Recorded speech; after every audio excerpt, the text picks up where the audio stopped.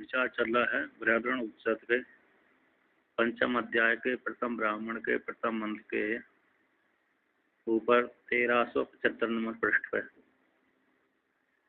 तो यहाँ पर वर्णन किया है कि ब्रह्म की प्रतिपत्ति, ब्रह्म की ज्ञान की प्राप्ति में यह परम साधन है। कौन है वो? ओमकार ब्रह्म की प्राप्ति का अत्यंत नैतिक साधन है और प्रियतम है। अब यह जो साधन है दो प्रकार का होता है, द्विप्रकारेण प्रतीकत्वेन अभिधानत्वेन, प्रतीक रूप से और अभिधान नाम रूप से। और उपासना तीन प्रकार की होती है। कौन सी होती है? कर्मांग उपासना, कर्मांग अंग अबद्धो उपासना, प्रतीक उपासना और संपत्त उपासना यानी अंग्रह उपासना। तो प्रतीक उपासना, कर्मांग अबद्ध उपासना, कर्म से संबंधित रहने वाली उपासना, जैसे 10 पूर्णमास याग हो गया, एक प्रकृति याग हो गया, तो उसके प्रकृति याग को पूरी करने के लिए विकृति याग होते हैं। तो विकृति याग की उपासना करना कर्मांग हुआ है। जैसे 5 भाक्तिक साम और 7 भाक्तिक साम। तो 5 भक्ति वाला साम होता है, एक 7 भक्ति वाला साम होता है। तो ये प्रकृति हो गया, बड़ा हो गया 5 भाग। अब उसमें से जो उनका एक कर्म का अंग जो हिरिंकार, अहंकार, ओमकार, प्रतिहार इत्यादि एक एक अंगों की उपासना करना, वो कर्मांग अबद्ध उपासना हो गई। और प्रतीकोपासना अधिष्ठान प्रदान हो गई। तब विष्णु भगवान में शालिग्राम में विष्णु बुद्धि, तो अधिष्ठान प्रदान हो गई प्रतीकोपासना, और उसी को ही और आरोप प्रदान हो गई अंग्रह उपासना, यानी उसी का ही दूसरा नाम होगा संपत्त उपासना। जिसमें संपत्त उपासना यानी अंग्रह उपासना, तो जिसमें अधिष्ठान प्रदान होता है वो प्रतीक उपासना कहलाती है, और जिसमें आरोप प्रदान हो जाता है और अधिष्ठान गौण हो जाता है उसको संपत्त उपासना अथवा अंग्रह उपासना कहते हैं। यानी हम ब्रह्मास्मि, जीवात्मा का और परमात्मा के साथ अभेद चिंतन कर देना, एक हो जाना, इस प्रकार से। और ये जो उपासना है उसके 2 प्रकार है, एक प्रतीक रूप से, एक अभिधान रूप से। प्रतीक होगा अधिष्ठान रूप, प्रधान रूप से, और अभिधान नाम के द्वारा। तो जैसे प्रतीक रूप से कौन होगा? विष्णु आदि में विष्णु आदि प्रतिमा, तो विष्णु आदि की प्रतिमा में अभेद रूप से चिंतन करना, इस प्रकार से। यानी जो प्रतिमा में जैसे शालिग्राम शिला में भगवान विष्णु की बुद्धि, तो दोनों को अभेद रूप से चिंतन कर दिया। यानी भगवान विष्णु को शालिग्राम में शिला में और शिला को शालिग्राम में का दोनों में एक कर दिया। शालिग्राम शिला में आरोप कर दिया और शालिग्राम शिला कौन सी होगी? भगवान विष्णु हो गए। इस प्रकार से, उसी प्रकार से एवं इसी प्रकार से ओमकार कैसे ब्रह्म है, इस प्रकार से जान लेना चाहिए। ब्रह्म को ओमकार में एकीभूत कर दिया, अर्थात ब्रह्म कैसे ओम, जो ओमकार कौन सा ब्रह्म है, जैसे शालिग्राम शिला विष्णु है उसी प्रकार से ओमकार ब्रह्म है। उसी प्रकार से ये हो गया प्रतीक रूप से। तो इस प्रकार से ओमकार आलम्बन वाले पुरुष को ब्रह्म शीघ्र ही प्रसन्न हो जाता है, सिद्धि की प्राप्ति हो जाती है। ओमकार को आलम्बन लेने वाला, ओमकार को आलम्बन लेने वाला साधक ब्रह्म दृष्टि के आलम्बन से, ब्रह्म दृष्टि के आलम से, ब्रह्म दृष्टि किसमें कर दी? ओमकार में। तो ऐसे ओमकार का आलम्बन करने वाला साधक है, उस साधक के ऊपर ब्रह्म कैसे प्रसिद्धति, यानी झटिति फलिति, शीघ्र प्रसन्न हो जाता है। क्योंकि श्रुति में भी वर्णन किया है, एतद आलम्बनम श्रेष्ठम, एतद आलम्बनम परम, एतद आलम्बनम ज्ञात्वा ब्रह्म लोके में ही थे। यह ओमकार रूप आलम्बन सबसे श्रेष्ठ है, इससे बढ़कर कोई दूसरा कोई नहीं है। मतलब एतद आलम परम सबसे उत्कृष्ट है, परम यानी सबसे श्रेष्ठ है। ये श्रेष्ठ ही है, श्रेष्ठ और परम ये सबसे बढ़कर के है। तो इस आलम्बन को जान करके उपासना करके साधक कैसे ब्रह्मलोक रूप जो परमात्मा है उसको प्राप्त हो जाता है। अब इसमें इस प्रकार श्रुति का वर्णन किया, यहीं पर वर्णन आया। तो इस प्रकार से ओंकार ब्रह्म, इस प्रकार से ब्रह्म है, ओंकार ब्रह्म, इस प्रकार से उपासना करना चाहिए। अब यहाँ पर ओम खम ब्रह्म, खम पुराणम, खम पुराणम और वायुरम खम इत्यादि वाक्य है। तो खम शब्द कह देने से भूताकाश में न चलाई जाए, ज्ञान न हो, इसलिए उसको हटाने के लिए कहते हैं। तो मंत्र में जो ओम खम ब्रह्म में जो मंत्र में खम शब्द आया है, वो खम शब्द अरे भूताकाश में न चला जाए, उसके लिए यहाँ पर वर्णन करते हैं। तो तत्र खमिति भौतिक क्षिप्रति माँ भूतिथि। तो खम शब्द से भौतिक आकाश में ज्ञान न हो, भौतिक आकाश में ज्ञान न हो, इसी हेतु कहते हैं खम पुराणम। खम पुराणम मतलब चिरंतरम, है ना। कौन सा होगा? चिरंतरम, यानी खम यानी परमात्मा काशम, खम का अर्थ होगा परमात्मा काश। तो ये तद जो परमाकाश है, ये तद यानी यथोक्त तत्व को स्वरूप के द्वारा जानने के लिए, जब परमात्मा को स्वरूप के द्वारा जानने के लिए समर्थ है, तो प्रतीक के उपदेश से क्या प्रयोजन, ऐसी आशंका को लेकर कहते हैं यह तत् परमाकाश है।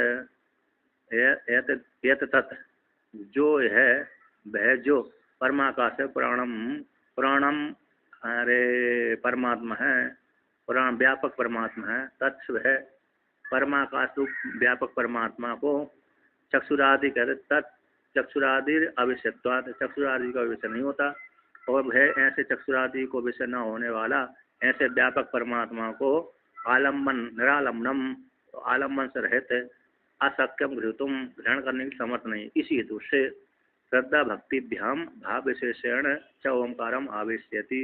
इसी हेतु से श्रद्धा भक्ति के द्वारा और भाव विशेष के द्वारा, श्रद्धा भक्ति के द्वारा और भाव विशेष के द्वारा, श्रद्धा यानी विश्वास, भक्ति यानी उसी में निष्ठ हो जाना, मतलब सेवा भजन पूजन निष्ठा, उसी में निष्ठ हो जाना, उसी के आश्रित रह जाना, उसी की तन से मन से अन्य प्रकार से उसी प्रकार का चिंतन करते रहना।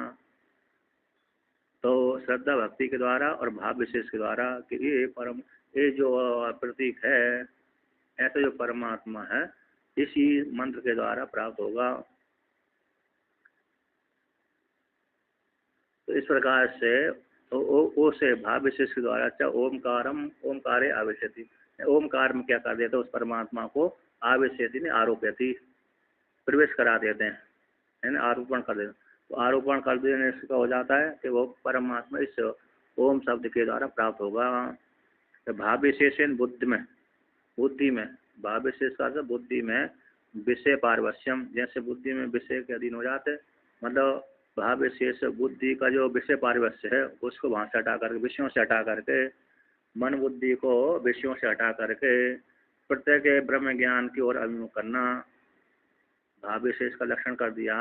बुद्धि में जो अरे विषय पारवश्यम है, बुद्धि में जो क्या होता है, विषय की अधीनता हो जाती है, विषय के साथ जो जुड़ जाने से बुद्धि अरे विषय को धावन करने लगती है, तो वहाँ से हटा करके प्रत्येक ब्रह्म ज्ञान की ओर अभिमुख कर देना। इस प्रकार से तो ओमकार में ब्रह्म के आवेशन को उदाहरण के द्वारा दृढ़ करते हैं। जैसे विष्णु अंग अंकितायाम शिलादि प्रतिमायाम विष्णु लोके एवं, जिस प्रकार से लोक व्यवहार में विष्णु के अंग से अंकित प्रतिमा में, ऐसे प्रतिमा में विष्णु को आरोप कर देते हैं लोग व्यवहार, तो विष्णु को आरोप करके उसकी उपासना करते हैं। तो इसकी शिला में, तो शिला में जो विष्णु भगवान चतुर्भुज वाले विष्णु होते हैं, 2 भुज वाले शिव जी होते हैं, अथवा 10 भुज वाले शिव जी होते हैं। ऐसे उस अंग से अंकित मूर्ति में, तो जिस प्रकार से 4 भुजा वाली यदि मूर्ति है तो विष्णु भगवान हो गए, 10 भुजा वाली है तो 2 भुजा वाली है तो शिव जी हो गए, इत्यादि। उन मूर्तियों में जैसे जैसे चिन्ह है उसी के अनुसार भगवान की जो मुद्रा है उस प्रकार से उसमें विष्णु आदि को आरोप करके उस प्रकार से लोग व्यवहार में उनकी भगवान विष्णु की पूजा करते हैं। अब उसी को और आगे वर्णन करते हैं कि वायुरम खम इति, वायुरम खम वायुरस्मिन् विद्यते इति वायुरम खम खमात्रम खमिति उच्यते न पुराणम खमिति एवं आहिष्मा के वायुरम खम। तो यहाँ पर वायुरम खम का अर्थ है वायुर अस्मिन् विद्यते इति वायुरम खम, वायु जिसमें रहती है, वायु अस्मिन् तो वायु जिसमें रहती है उसको बोलते हैं वायुरम। तो वायु किसमें रहती है? आकाश में। यानी सूत्रात्मा, सूत्रात्मा किसमें रहता है? सूत्र वायु, जैसे वायु आकाश में, तो उसी प्रकार सूत्र रूप हिरण्यगर्भ इसमें अंतर्यामी परमात्मा में अव्यकृत ईश्वर में निवास करता है, आस्था करके रहता है। जैसे वायुरम खब को, तो खामात्रम तो खमित उच्यते। तो वायुरम में जो खम शब्द आया, खामात्र तो खमित उच्यते न पुराणम। तो अरे वो खम शब्द पुराण का वाचक नहीं है, निर्गुण निराकार परमात्मा का वाचक नहीं है। इति एवं वहा इसमें इस प्रकार से खा, तो खा मात्र में, तो वायुरम में जो खम आया है वह खा मात्र का वाचक है। तो को ऐसा कौन कहता है? तो वायु जिसमें रहती है ऐसे खा को खाई भूताकाश कहते हैं, परमाकाश नहीं कहते। अथवा अरे हिरण सूत्रात्मा और सूत्रात्मा वायु को और अव्यक्त ईश्वर को अरे खा किस प्रकार कहते हैं? निर्गुण निराकार परमात्मा को यहाँ पर जो वायुरम खमाया उसको निर्गुण निराकार परमात्मा रूप से नहीं कहा गया उस इस वाक्य के द्वारा। तो कौन कहते हैं? अशोक कौरव्यायणी पुत्र, कौरव्यायणी के पुत्र कौरव्यायणी ने कहा। अर्थात किस लिए? तो यहाँ पर शंका करते किस लिए, क्यों? सूत्र के अधिकरण अव्यकृत आकाश को गृह्यते। यहाँ पर उस कहते हैं वायु रे ही खे मुख्य ख शब्द व्यवहार से तस्मात मुख्य संप्रत युक्त मनते कि वायु जिसमें रहती है ऐसे आकाश में, यानी सूत्रात्मा जिसमें आश्रय करके रहते हैं ऐसे अंतर्यामी में, तो उस खे में ही मुख्य ख शब्द व्यवहार किया जाता है। तस्मात मुख्य संप्रत युक्त मनते। अर्थात जैसे कहाँ पर 8 नंबर टिप्पणी में लिखा है अव्यकृत आकाश में, अर्थात वह अव्यकृत आकाश का ही विपरिणाम भूताकाश हो गया। तो तद वह ही अव्यकृत आकाश ही भूताकाश रूप से विपरिणाम भाव को प्राप्त हो गया। जैसे भूताकाश में वायु रहती है आश्रय करके, उसी प्रकार से हिरण्यगर्भ भी अव्यकृत ईश्वर में आश्रय करके रहता है। तो इस प्रकार से तो जो खा शब्द आया, तो खा शब्द में खा शब्द व्यवहार होता है, मुख्य में ही खा शब्द व्यवहार होता है, इसलिए मुख्य में ही संपर्क मानना ठीक है।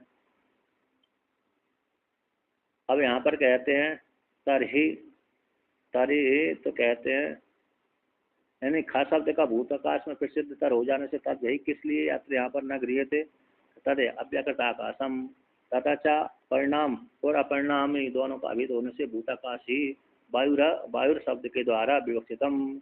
भूताकाश ही यहाँ पर वायुर शब्द के द्वारा विवक्षित है, यानी दोनों ही इस प्रकार से ग्रहण कर सकते हैं। तो यहाँ पर कहते तद वह ही अव्यकृत है, उसे अव्यकृत आकाश का ही विपरिणाम भूताकाश। तो भूता कार्य कारण में कोई भेद न होकर के, अभेद होकर के, कार्य कारण भेद न होने से, एक को मान लेने से वह कारण ही कार्य रूप में आया गया है। वही भूताकाश के द्वारा भूताकाश रूप से विपरिणाम को प्राप्त हुआ है। कौन? अव्यकृत ईश्वर। इस प्रकार से तो तत्र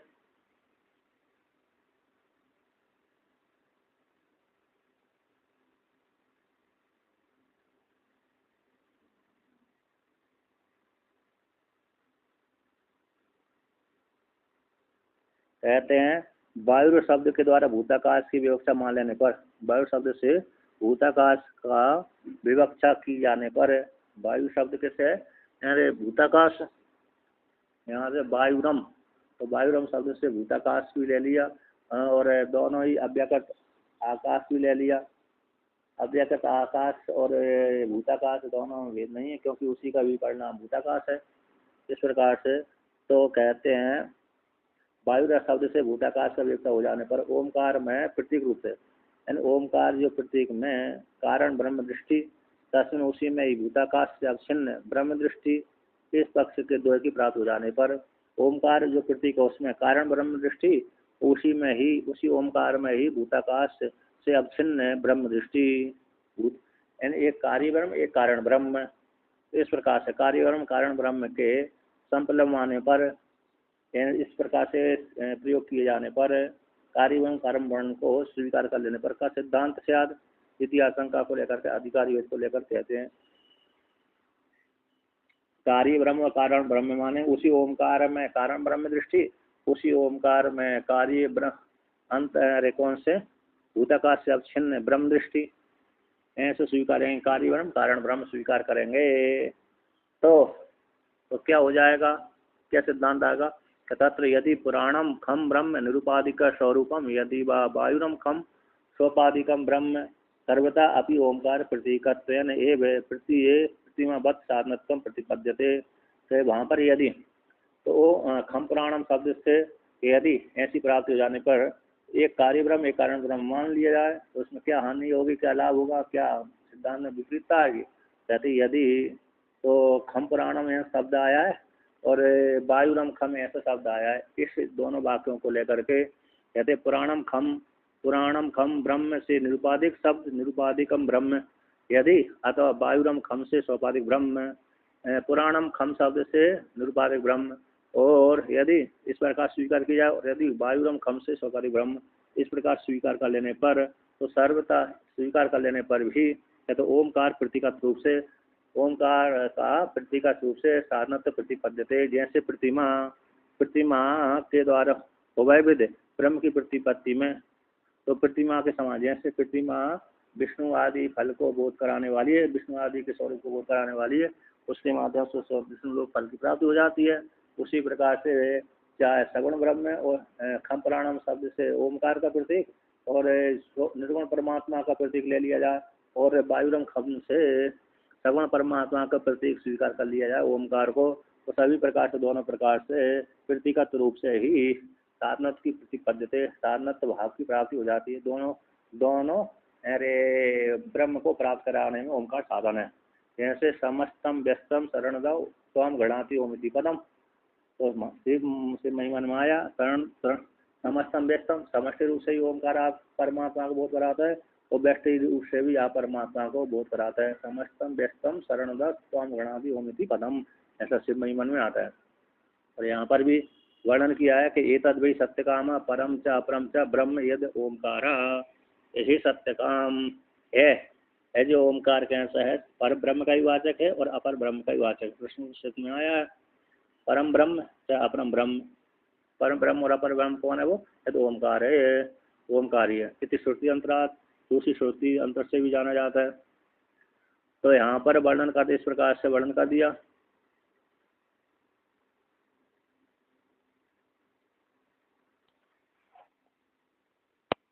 श्रुति अंतरस्य अन्यतः सिद्धि समवाद ओंकार से प्रतिपत्ति आशंका, श्रुति अंतर का तो अन्यथा सिद्धि संभव हो जाने से, यानी पर ब्रह्म का वाचक है और अपर ब्रह्म का वाचक है।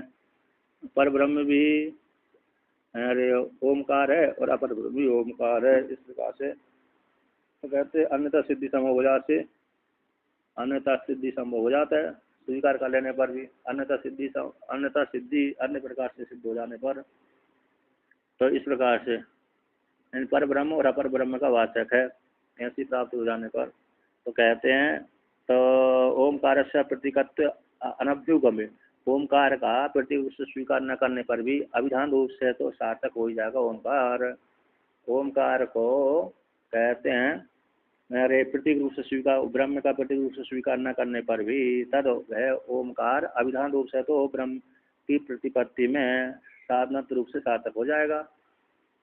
इस प्रकार से यानी ओमकार को प्रतीक रूप से न ग्रहण करके अभिधान रूप से तो परमात्मा का साधन है। इस प्रकार से तो कहते ओमकार का प्रतीकत्व में भी प्रतिपत्ति साधन रूप से सिद्धि हो जाने पर प्रतीक रूप सिद्धि नहीं होगी। तो ऐसी प्राप्ति हो जाने पर कहते हैं केवलम खा शब्द भी प्रतिपत्ति, प्रतीक रूप से प्रतिमा के रूप में कोई भी प्रतिपत्ति नहीं है, केवल खा शब्द में ही केवलम खा शब्दार्थ से भी प्रतिपत्ति, खा शब्द के अर्थ में भी प्रतिपत्ति है, किंतु ओमकार के कहने से सगुण परमात्मा का और निर्गुण परमात्मा का दोनों को वो कराने वाला है। इतरत भी प्रतिपत्ति का द्योतक का अभाव है।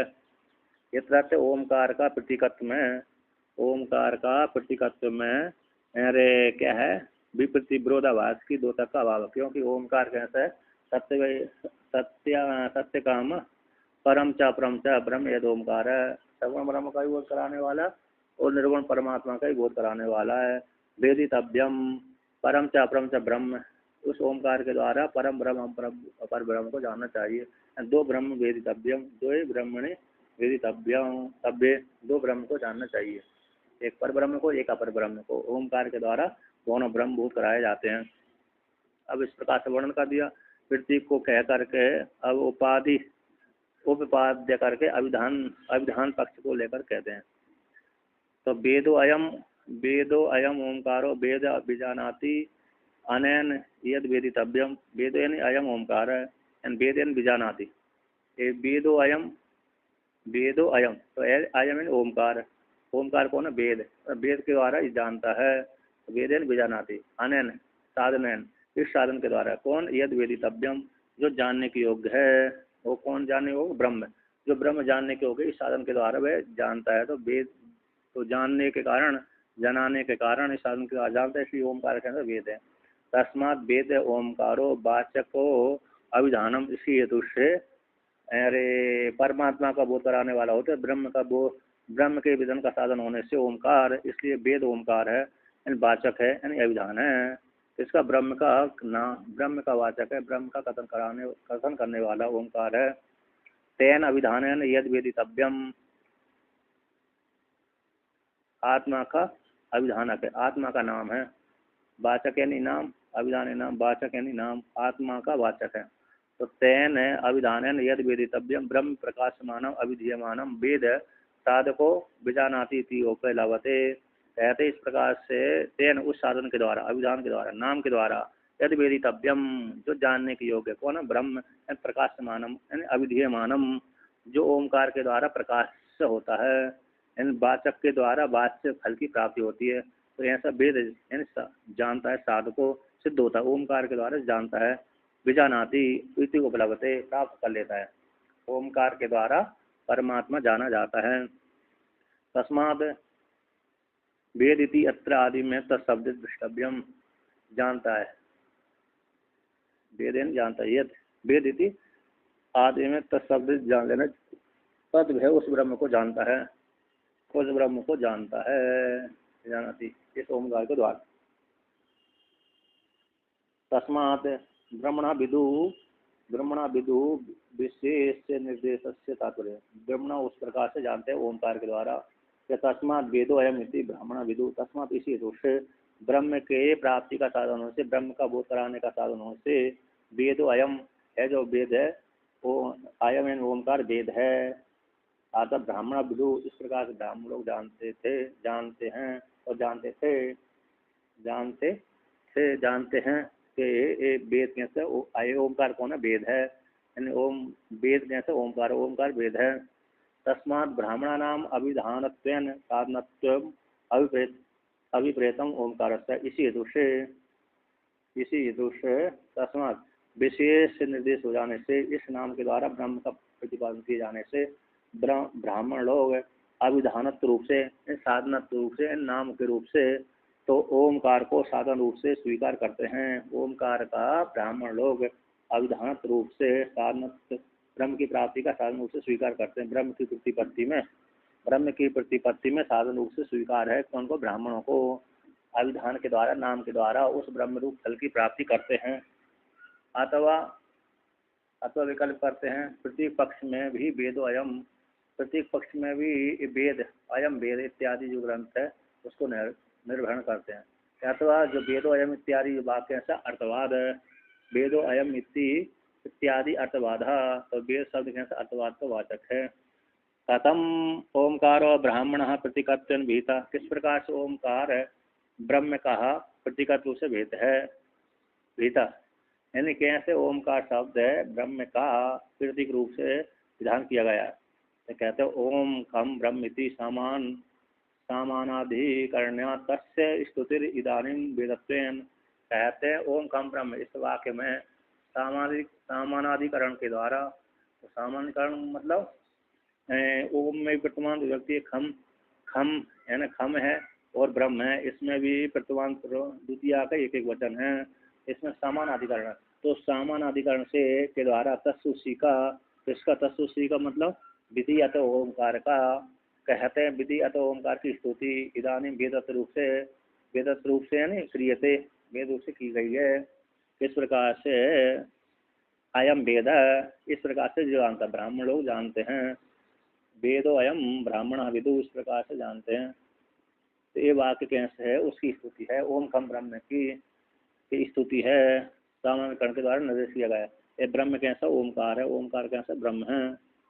तो सर्वोयम वेदा ओमकार है, वे संपूर्ण वेद है ओमकार है, संपूर्ण वेद कैसा ओमकार है।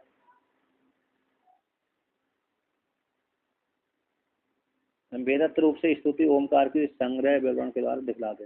तो वेदत्त रूप से सभी को जानते, इसके द्वारा वेदत्त होने से वेद के द्वारा जानता है, वेद के द्वारा क्रिय से वेदत्त रूप से किया जाता है, वेद रूप से जानता है। इस प्रकार से वेदत्त होने से, ज्ञान का साधन होने से संपूर्ण सर्वोयम वेद है, क्योंकि यह संपूर्ण है जो वेद है ओमकार है। अतः ये तस्त्यों संपूर्ण वेद ओमकार है। एतत् प्रभव एतद आत्मक सर्व सर्व ऋग यजु सामादि भेद भिन्न ऐसा ओमकार यद तद यथा संकुनः सर्वाणि भूता पर्णानि इत्यादि स्तुति अंतरात। इससे ओमकार से संपूर्ण वेद उत्पन्न होता है। एतद आत्मका, ये संपूर्ण वेद इस स्वरूप वाला ही है। सर्व सारे वेद इस स्वरूप वाले हैं, तो ओमकार स्वरूप वाले हैं। तो ऋग्वेद यजुर्वेद साम आदि, ऋग्वेद यजुर्वेद सामित अथर्वेद इतिहास पुराण आदि सारे नियत पादक्षर अवसान ऋग, अनियत पादक्षर अवसान यजु और गीति प्रधान साम। इस प्रकार से ऋग्वेद यजुर्वेद सामवेद अथर्वेद इत्यादि, अथर्वेद भी उसी में अंतर्भूत हो जाता है, तीनों वेदों में अंतर्भूत भी अंतर हो जाता है।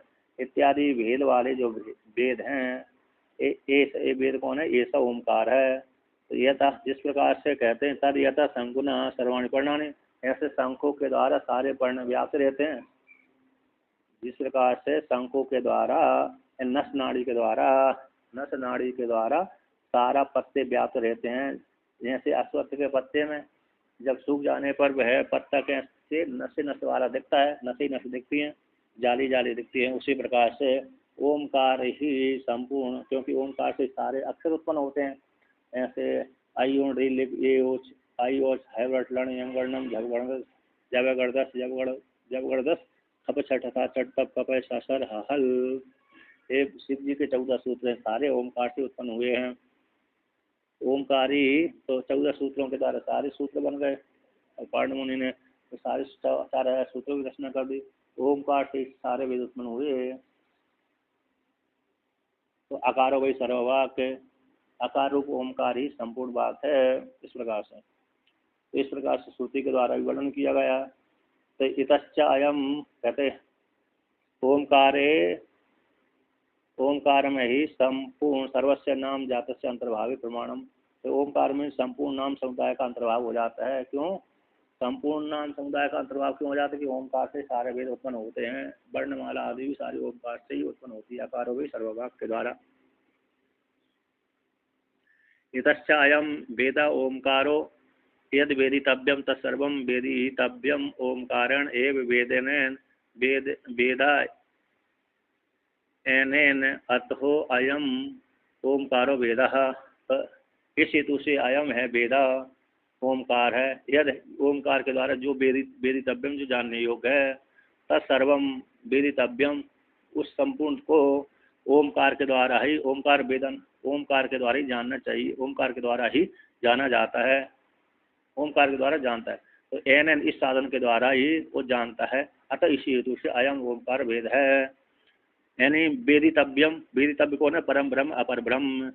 तो दो ब्रह्म इस ओमकार के द्वारा जाने जाते हैं। ओमकार रूप साधन के द्वारा पर ब्रह्म भी जाना जाता है, अपर ब्रह्म भी जाने जाते हैं। द्वे ब्रह्मणे वेदितव्य, तो कौन ब्रह्म जानने योग्य है? या दो ब्रह्म जानने योग्य हैं उस ओमकार के द्वारा, सगुण ब्रह्म निर्गुण ब्रह्म, कार्य ब्रह्म कारण ब्रह्म। इस प्रकार से तो कहते हैं इस हेतु से ये ओमकार कैसा वेद है। और ये वेद है तो अन्य इतर ये ऋग्वेद यजुर्वेद भी परमात्मा को प्राप्त कराने वालों से ये वेद हैं। इतरस्यापि वेदस्य वेदत्वम अतएव इतर वेद का भी वेदत्व है। इतर वेद का भी वेदत्व किस प्रकार से? कि जिस प्रकार से अरे ओमकार परमात्मा को बोध कराते, उसी प्रकार से अन्य चारों वेद भी परमात्मा को बोध कराते हैं।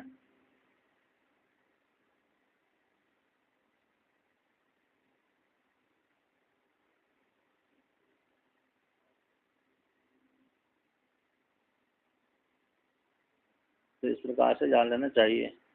संपूर्ण वाक्य कैसा है, इस ओमकार के द्वारा ही, इस ओमकार में संपूर्ण वाक्य अंतर्भूत हो जाती है, और ओमकार से ही वाक्य उत्पन्न होती है। सारे वेद इसी ओमकार से उत्पन्न होते हैं, और संपूर्ण वेद इसी ओमकार में लीन हो जाते हैं, इसी को व्याप्त करके रहते हैं। ओमकार में ही व्याप्त रहते हैं सारे वेद, उन्हीं में सभी वेदों में ओमकार ही गया हुआ है। इस प्रकार से अब कहते हैं कि इतर वेद भी परमात्मा का बोध कराने वाले होने से इनका भी, वेद का भी वेदत्व है, इतर वेद का भी वेदत्व। क्यों? परमात्मा के स्वरूप का बोध कराते हैं, सगुण और निर्गुण का दोनों का बोध कराते हैं, इसी हेतु से उनका भी वेदत्व है।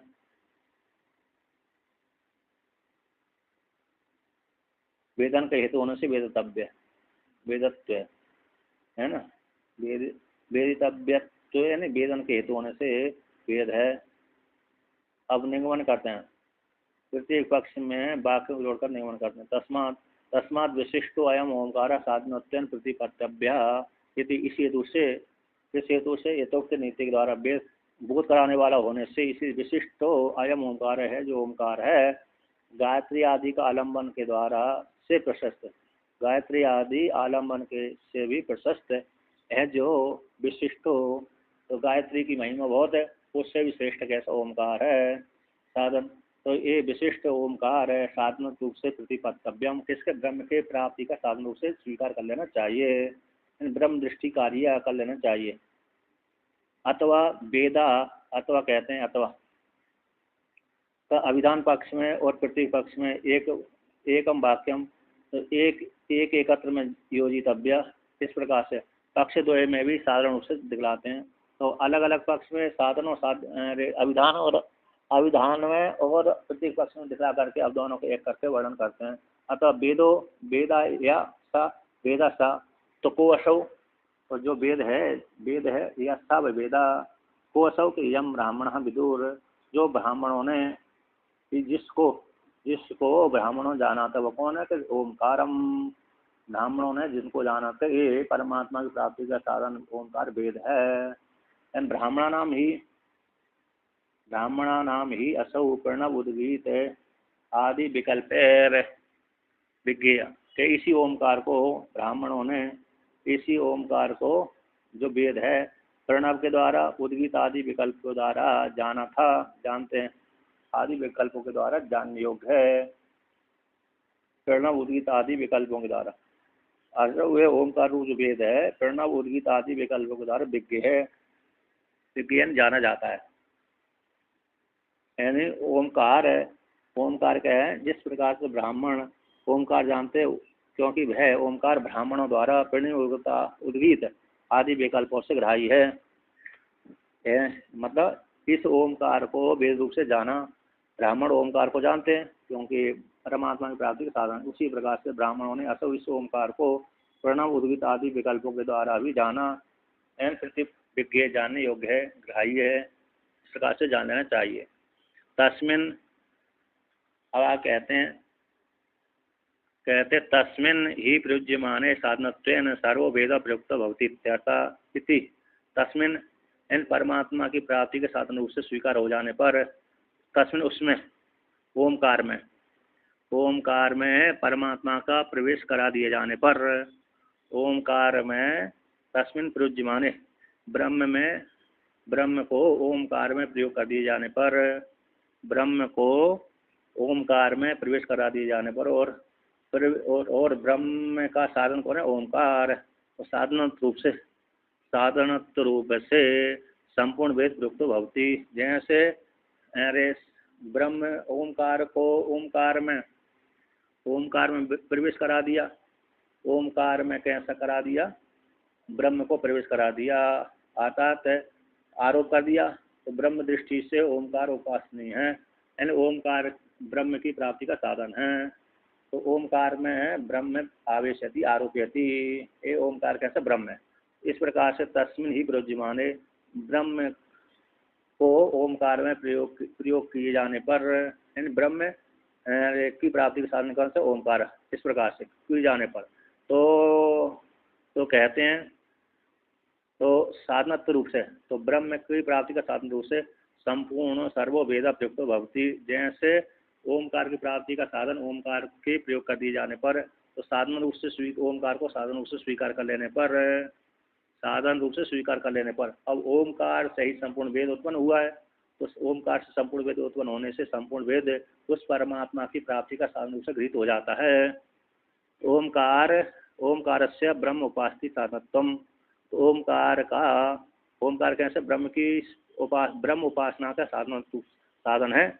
ओमकार ब्रह्म की उपासना का साधन है, इस प्रकार से सिद्ध हो जाता है। इति उपसंहार करने के लिए इति शब्द है, इस प्रकार से जान लेना चाहिए। अर्थात क्या हो गया,